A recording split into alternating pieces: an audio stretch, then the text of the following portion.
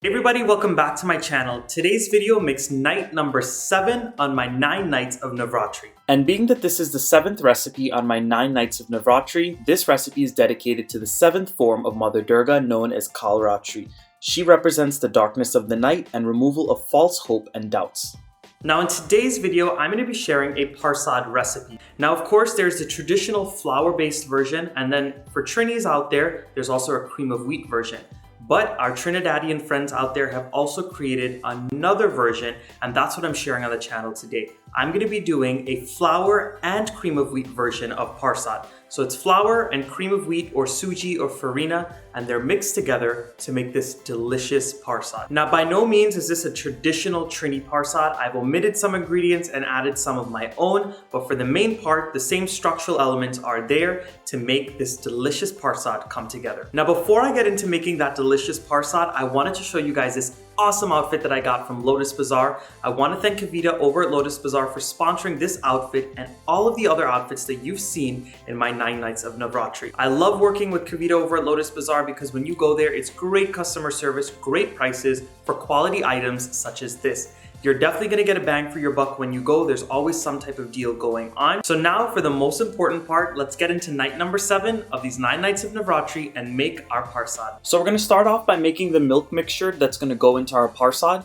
You always want to start with this first, so this way it's nice and hot and it is waiting on the side for when you're ready to put it into your parched flour for your Parsad. So into a heavy bottom pot, I'm going to be going in with some evaporated milk. I'm also going to be going in with some regular whole milk. If you wanted to use all whole milk or all evaporated milk, you can also do that. And I'm also going to be going in with a cinnamon stick. I'm also going to be going in with some granulated sugar. You can use granulated sugar or brown sugar, just depending on your own likes and preferences. I'm also going to be going in with some ground elychee or cardamom, and then I'm going to go ahead and mix this and allow it to heat up on a medium heat. As soon as you start to see it smoke up before it comes to a boil, you want to lower that heat to the lowest setting and just let it stay warm until you're ready for it later on. Now the next step is to start parching the flour and the cream of wheat.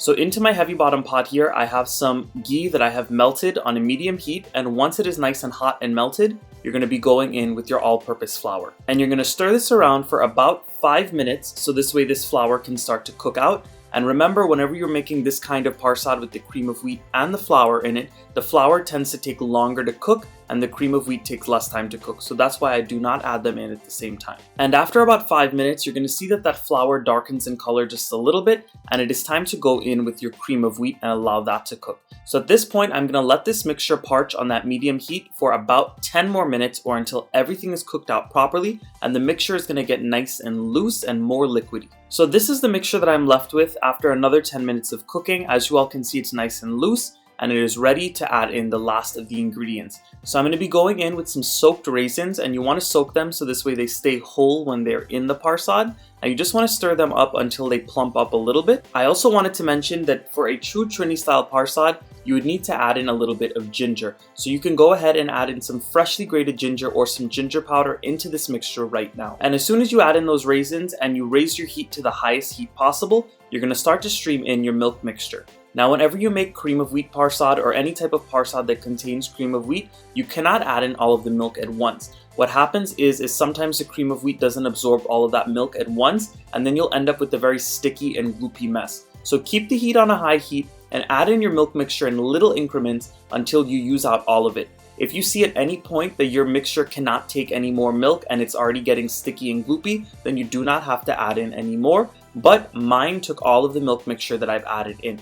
As usual, I'm going to leave all of my ingredients and the proper measurements in the description box right below this video, so make sure you check that out so you can see what exactly goes into this Parsad and how you can get this beautiful fluffy texture like I have right here. So I see that my Parsad can take it, so I'm adding in the rest of the milk mixture, and as you all can see, my Parsad is nice and fluffy. And remember, whenever you make Parsad of any kind, as it sits, it tends to dry out a little bit more. So if your Parsad turns out a little bit on the wetter side, it is totally fine, because by the time you serve it a couple of hours later, it's going to dry up very nicely. But once you've cooked out all of that liquid in your Parsad, it is time to go ahead and serve it. And as you all can see, it is such a nice unique texture with the cream of wheat and the flour mixed together. You have a nice smoothness from the flour and a nice body from it, and you also have a nice little texture from the coarseness of that that cream of wheat. Alright everyone, that parsad was super easy to put together. As you all can see, I kept it very simple. I didn't go in with cherries and all kinds of different spices.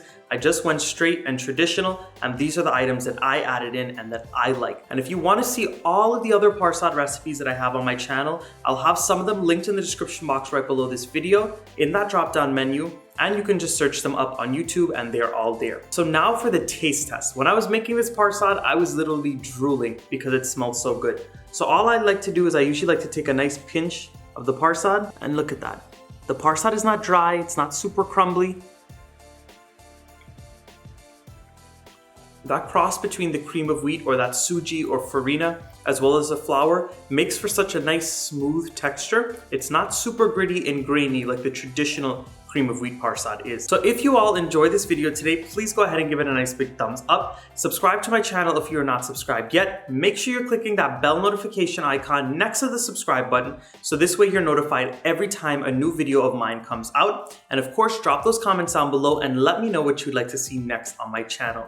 And again, if you want an awesome outfit like this from Lotus Bazaar, be sure to check them out. And for all of my women and children out there, they have outfits for all of you guys as well. So check them out. All of the information is in the description box right below this video. And with all of that said, I'll see you guys tomorrow for night number 8 on my 9 nights of Navratri.